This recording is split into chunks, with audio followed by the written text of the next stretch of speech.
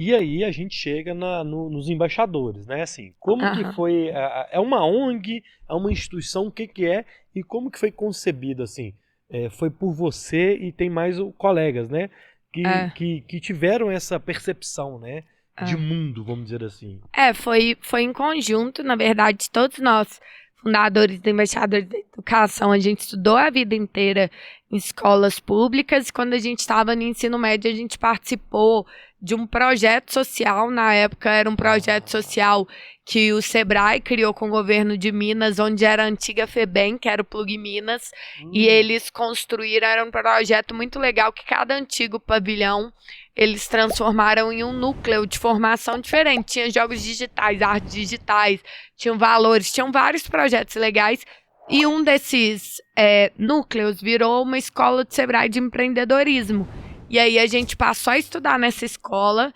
Eu tinha 17 anos, a turma tinha idades diferentes, mas eram pessoas de escolas públicas de Belo Horizonte toda.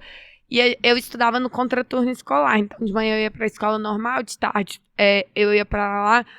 E foi uma experiência. E aí, finalmente, assim, a gente acessou uma oportunidade que foi muito, muito transformadora. Não que só de já estar na escola, né, acessando a escola pública, não fosse uma oportunidade, mas foi uma mas, oportunidade que mudou tudo.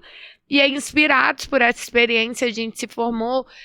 A gente tinha cerca de 18 anos, a gente passou a se reunir nas praças aqui de BH para discutir como que a gente podia levar um pouquinho do que a gente aprendeu e foi impactado para outros alunos de escolas públicas que não tiveram a mesma pô, que oportunidade que a desafio, hein? gente. Que desafio, cara.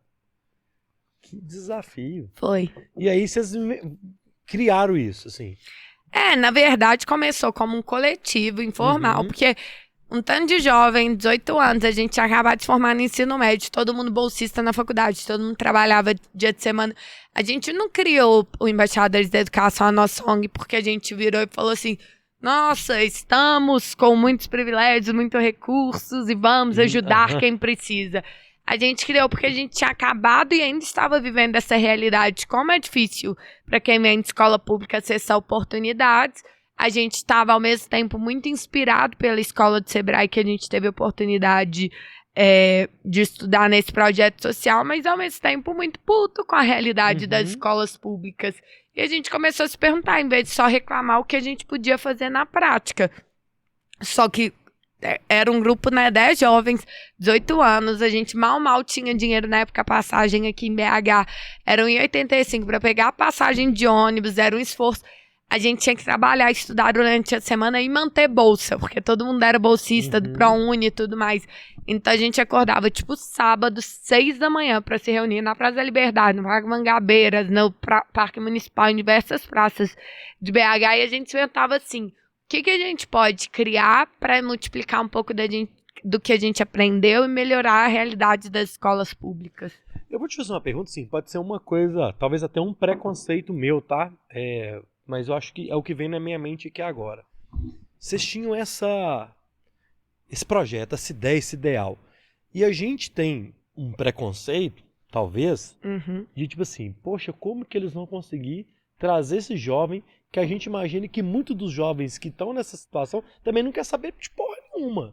Tô caçando estudar, tô caçando empreender, não tô... Como é que vocês, qual era um desafio de vocês de trazer esse jovem pro coletivo? Como é que vocês fizeram para impactar esse jovem? Você entendeu o que eu quero te Entendi, perguntar? total. E a coisa que o Eu acho que povo era um mais. desafio, não era não, assim? Ou é até hoje, não sei. É um desafio para todo mundo que não. Como que eu falo isso? Todo mundo me pergunta isso, porque toda vez que eu conto a história do Embaixadores, muita gente vira e fala assim: Gui, mas meu sonho é fazer um projeto, sei lá, de educação financeira, de ativismo, de empreendedorismo, de artes na escola pública, mas eu acho que o jovem não vai ter interesse, ou que a escola Aham. pública não vai querer abrir, não vai ser aberta e tal. Como é que faz? Porque eu acho que vai ser muito difícil e tal. E aí, e essa pergunta vem muito e tal, mas pensando, lembrando um pouco de como a gente pensava e via na época, a gente não tinha essa dúvida. Por quê? Nós tínhamos 18 anos, nós éramos extremamente, como eu falo isso, inocentes mesmo, a gente não colocava empecilho, a gente falava, o que a gente vai fazer pra pôr esse trem pra funcionar? Então a gente não falava assim, porque hoje quando alguém vai fazer um projeto, é um negócio que for, a galera pensa assim, mas eu não tenho grana, como é que eu vou fazer? A escola pública não vai abrir a porta pra mim, o aluno não vai querer. A gente nem pensava essas coisas, porque a gente pensava assim, beleza, a gente quer fazer um projeto em escola pública, o que a gente vai fazer? Bater na porta de escola em escola. Se a escola não quiser a primeira, a gente vai na segunda, a gente bate na porta de 40, mas alguma vai querer. A gente não tem grana, então a gente vai fazer o projeto sem grana. Então a não possibilidade não passou na nossa cabeça. Eu lembro que a gente dividiu, assim, uma das primeiras semanas, uma tarefa que cada um ia ter que bater na escola que fosse perto da sua casa e ver pública e ver se a escola aceitava a gente. E a Brenda conseguiu uma escola perto da casa dela, só que a meta era, beleza, se todo mundo voltar domingo que vem aqui na praça e não tiver conseguido escola, a gente vai para mais 40 escolas. Então, hoje a galera toda vez fala assim, não, mas é muito difícil, é isso, tá difícil, mas beleza, a gente queria fazer acontecer. E aí a coisa do interesse do aluno. É lógico que a gente sabia, porque a gente tinha que convencer o aluno a ir sábado para a escola para participar do nosso projeto. Então a gente sabia que talvez poderia ter uma resistência, mas a gente começou a pensar, não, e se o aluno não quiser? Pra gente não tinha essa possibilidade. Sim. A gente pensou, o que a gente vai fazer para ele querer pra caramba? Então a gente vai falar que tem que ser um jogo, tem que ser gamificado, a gente sabia dessa expressão na época, mas tem que ser uma coisa que ele queira ir. Como que a gente cria um objeto de desejo pros alunos? Então a gente passava na sala, falava que ia ter uma seleção, só que essa seleção, às vezes o aluno pensava, eu sou um aluno muito ruim, a gente selecionava os piores, os melhores, os do meio, a gente misturava essa galera.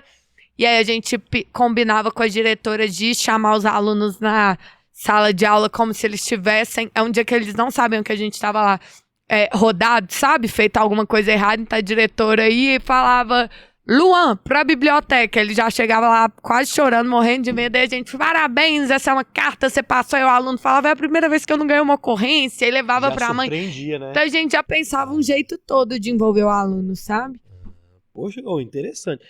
Tem uma frase, não sei se ela é assim, eu ia falar disso mais pro fim, mas eu vou tocar nessa frase agora, é o seguinte, sem saber que era impossível, ele foi lá e fez. Sim, então, sim. Então não existe, pra vocês tinham vocês não tinham esse medo de ser uma coisa difícil ou impossível de fazer. Vocês nem tinham essa noção, simplesmente foi e fez, né? É muito engraçado, porque essa frase do não sabendo que era o impossível foi lá e fez, ela é atribuída ao Walt Disney, mas não sei se é dele, porque nessa época de internet é tudo Clarice Lispector, Caio de Abreu, não sei o que e tal, mas...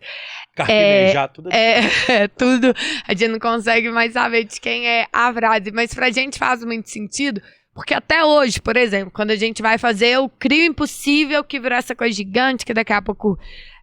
a gente conta, mas hoje a gente tem pessoas muito grandes apoiando a gente e tal, e às vezes uma pessoa mais técnica que vem de mercado fala, cara, mas nunca que o artista famoso tal vai vir e topar e doar o cachê, porque a gente não tem grana pra trazer a galera de peso, e a gente traz muita gente muito grande e tal, não vai ter jeito e tal. A gente, na hora que a gente pensa, a gente falou, pra gente era muito mais difícil na época conseguir R$10, literalmente R$10. Uma vez a gente imprimiu um folder do Embaixadores Colorido, a gente achou todo chique, mas custou R$10. E a gente tinha um. E a gente deu pra diretora da escola que a gente ia fechar, passou um guarda municipal, ela deu o folder e falou, depois vocês nos dão, você me dá outro, né, e tal. E a gente chorou por dentro, que a gente falou, não tem outro, não tem mais R$10 e tal. Caramba. Então, na hora que hoje a gente tá fazendo grandes discussões sobre como traz o artista, tá, a gente falou, gente, a gente vai tentar, se ele não quiser, a gente tenta outro, mas só da gente tá discutindo se ele... porque ele vai querer trazer equipe, porque o avião, não sei o que, a gente falou, só da gente tá discutindo isso aqui, já tá no lucro. Então a gente sempre parte muito do pressuposto que é sim possível, mas que o possível ele vai mudando de dimensão à medida que você vai construindo, né? Sim. Então pra gente o impossível, quando a gente começou o projeto lá com 18 anos, era ter dinheiro pra lanche. Então o primeiro patrocínio a gente não esquece que a gente ganhou foi da Brasil Foundation. foi R$ 5.000. Pra gente, a gente chorou, gritou, pulou e tal, porque pra gente naquela época R$ 5.000 era $1 milhão, porque ia dar pra comprar, pagar passagem de ônibus, uniforme e ter lanche. A gente não tinha dinheiro pra comprar lanche pros meninos. E aí esse era o nosso impossível. Hoje a gente sempre se puxa pra lembrar disso, de onde a gente veio, que surgiu aqui no coreto da Praça da Liberdade, todo mundo no chão, a reunião toda hora sendo interrompida por uma pessoa em situação de rua, e a gente parava pra trocar ideia e não conseguia fazer a pauta, o treino durava 4 horas e tal, porque aí a gente vai vendo que outro dia tava uma discussão que o artista tal só ia vir se tivesse avião tal e tal. Eu falei, gente, se ele não topar, só da gente tá discutindo isso aqui, a gente já tá muito no lucro. O impossível vai mudando de tamanho, né? Isso é muito